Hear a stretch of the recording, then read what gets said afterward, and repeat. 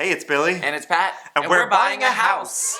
So in the effort of trying to buy a house, we have been looking at a ton of houses. So many houses. We are not messing around. This is like the time of year where the houses all start popping up because winter's over. So people are like, let's put these out on the market. We have been making a very strong effort to just see every and any house that pops up that is in our price range, our neighborhood. Like, we're looking at a lot. We've always had a kind of rip the Band-Aid off mentality, which is something we did when we left New York City and moved to Buffalo. When we got engaged and married. Yes, it was always like, write a list, check things off, and if things seem right, rip the Band-Aid off and do it. We've looked at, like 10 houses already, I think maybe, or more, and it's been so draining.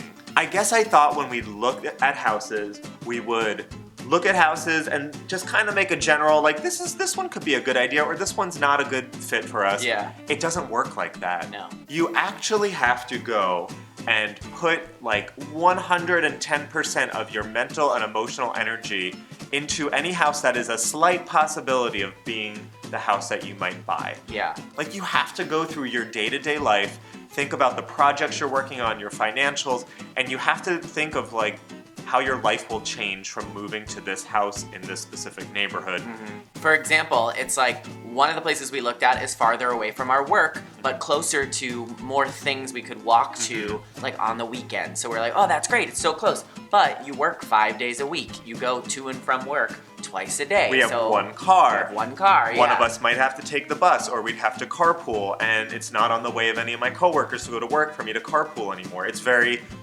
those are so many things to think about. The other place we looked at is very close to both of our work, so our commutes would not really change at all. But there's fewer things that we could walk to, but we're also potentially close to the subway, so we could get around really easily. So it's really like more time at home, more time away from home, inside the home, outside the home. Yeah, you have to think about what am I actually gonna do? Am I actually gonna go and take the subway to go do things?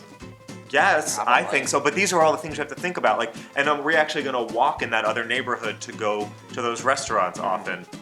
You have to think it out. Yeah. It's a lot of like trial and error, I guess. Scenarios. Yeah, scenarios. Scenarios happening, yeah, that's for sure. It's emotional.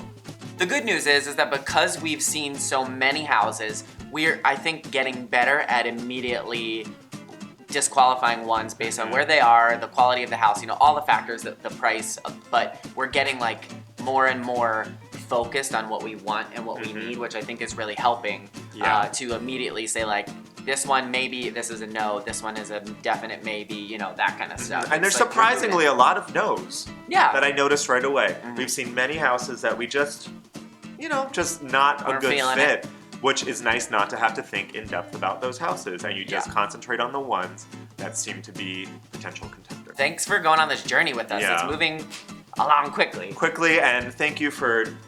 I guess you don't really have to deal with my anxiety over this because I'm not putting that on video. Lucky you guys. It'll just be me crying in a corner.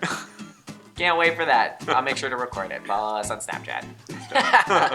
All right, guys. We'll see you soon. Bye. Bye.